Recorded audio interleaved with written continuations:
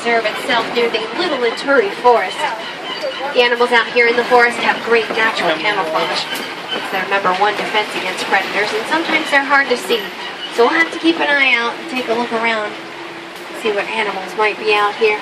Towards the top of the hill there on the right, there is a small animal standing there. That's a yellow-backed duiker. It's the largest of all duiker species. And there is an okapi out there on the right as well. Okapis are very shy, so it's pretty unusual to get a good view of one. They have black and white stripes on their legs, so okapis kind of look like zebras. But they're actually the only known relative of the giraffe. Here on our left, there are a couple more animals. Lying down towards the top of this hill, there are some bongos. You may be able to see them on those spotting guides above your heads there. Bongos are nicknamed the ghost of the forest because they blend in so well. And the big horns on their heads are tilted backwards. That allows them to dive in and out of thick underbrush here in the forest. Now we're coming up on a watering hole here. This is usually a great place for us to see some rare species like black rhinos. We'll have to take a look and see if there are any here. Black rhinos weigh about 3,000 pounds. They have a hide that's an inch thick, and they can charge at almost 35 miles an hour. So they are nearly indestructible. Unfortunately, they do have one very serious predator, and that's man. There are now less than 5,000 of them left in the wild, which may explain why we're not seeing any. There is a big white bird out there on the right and a couple here on the left. These are yellow-billed storks. They're carnivorous and they'll eat just about anything they can catch. Now we'll keep moving on. We'll keep our eyes open as we travel. Lots of times I've been out here in the forest and I've been just yards from an animal. I almost missed it in that underbrush. Out here on the right, you'll see there's a big black and white bird out there. That's a saddle-billed stork. They are the largest storks in Africa, tallest storks rather. They have a wingspan of 8 to 9 feet. Please do take a seat back there. Thank you very much. I see a greater kudu moving around out here on the left, and another saddle-billed stork there on the left. There's a light brown animal out here. There's a couple of them there. Greater kudu are the second tallest antelope in Africa.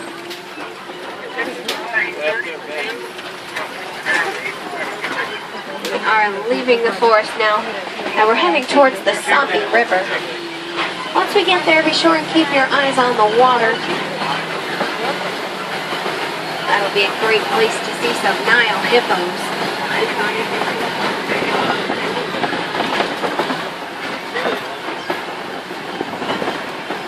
Let's take a look here.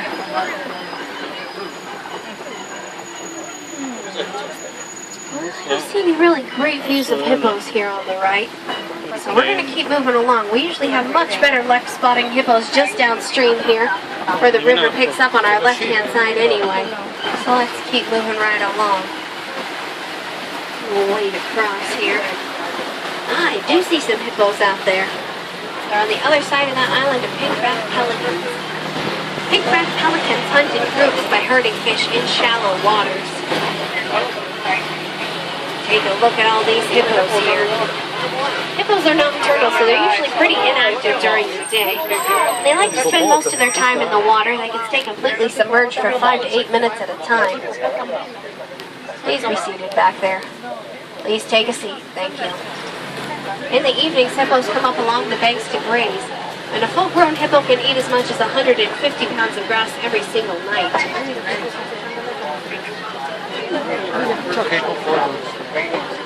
Madonna, salutano, pensa te. We are coming up on a bridge here, so I'd just like to remind everyone to please stay seated. It's important because it's for your safety. Oh, especially since I see some Nile crocodiles out there to the left. Nile crocodiles are much bigger and much more aggressive than the American alligators. They can grow to be 20 feet long. And they've got about 1,200 pounds of pressure per square inch in their jaws. So they have no trouble at all crushing the bones of their prey. Puttana. Questo qua sotto. Ah, l'ho preso, eh?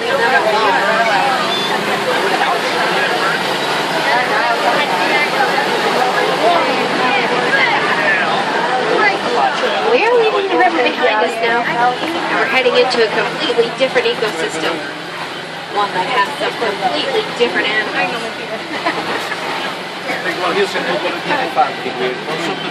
Speaking of things that are different, coming up on our right-hand side, there's a tree that kind of looks upside down. It's not, though. This is a baobab tree. They store lots of water in their trunk for the long dry seasons here in Africa. And they'll go leafless almost 9 months of the year to conserve water.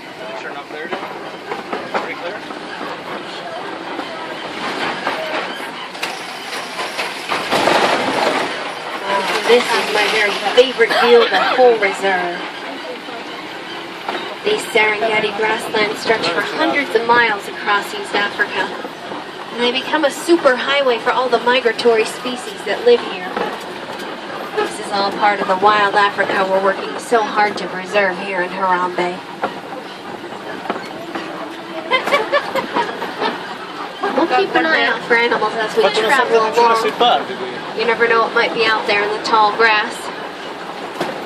But out there on our right-hand side, you see what looks like a big rusty-colored rock there. That's not a rock, though. It's a termite mound. Termite mounds are made out of termite, saliva, and dirt. But they dry as hard as concrete, so elephants like to use them as back scratchers. Then once they wear them down like that one there on the right, the antelope really like them because they can climb to the top and use them as lookouts. That way, they can take a look around, and they can see if there are any lions trying to hide from them in the tall grass.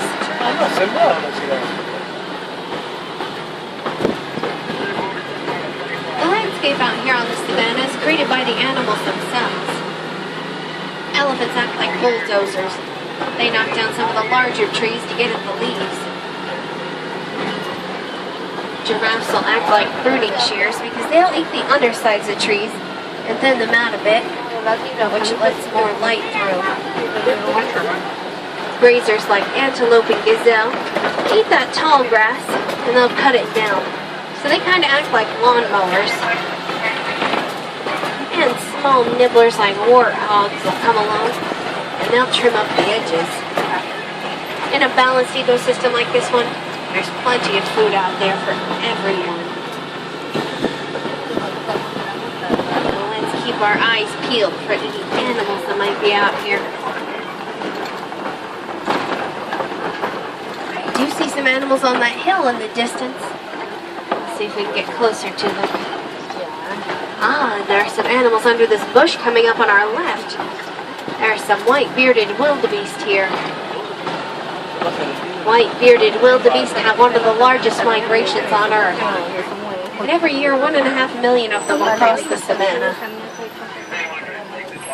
Wildebeest is an Afrikaans word.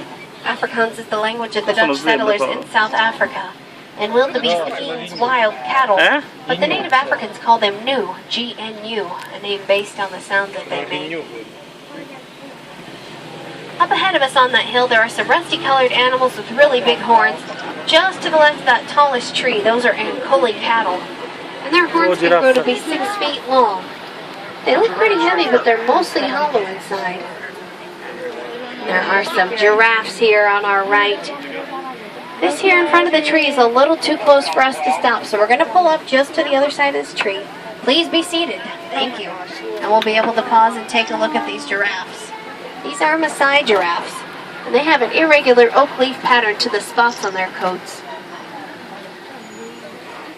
Giraffes are the world's tallest land animal. They can reach 18 to 20 feet tall. Please be seated in the back.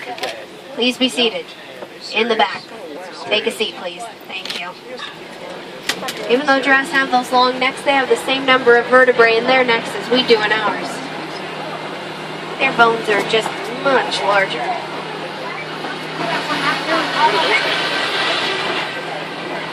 We're going to keep moving right along here. We're heading out towards elephant country now.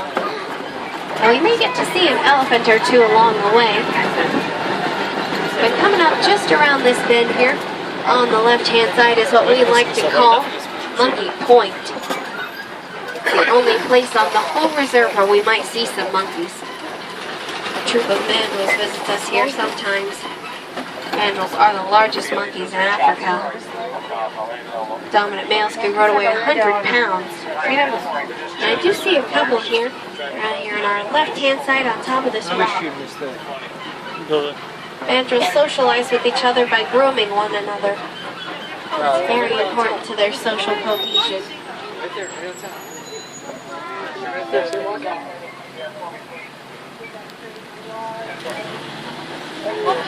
Around here, I can usually find a local Harambe station on the radio.